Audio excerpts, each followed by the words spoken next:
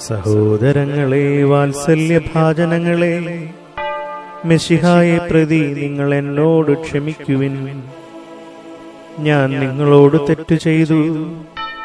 സ്നേഹത്തോടും ആത്മീയമായ ഐക്യത്തോടും പൈതൃക വാത്സല്യത്തോടും കൂടി ജാഗരൂകനായ ഇടയനെപ്പോലെ നിങ്ങളേവരോടും ഞാൻ അനുശാസിക്കുന്നു.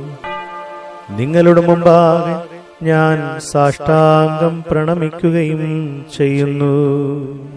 പിതാവേ, മോചനം നൽകി ഞങ്ങളെ അനുഗ്രഹിക്കണമേ. നിങ്ങളുടെ നിർവ്യാജ സ്നേഹത്തോട് ഞാൻ അപേക്ഷിക്കുകയും അഭ്യർത്ഥിക്കുകയും ചെയ്യുന്നു. സഹോദരരെ, വാത്സല്യഭാജനങ്ങളെ, വരുവീൻ. ദൈവം നമ്മോട് രമ്യമാകുവാൻ നമുക്ക് പരസ്പരം രമ്യപ്പെടാം.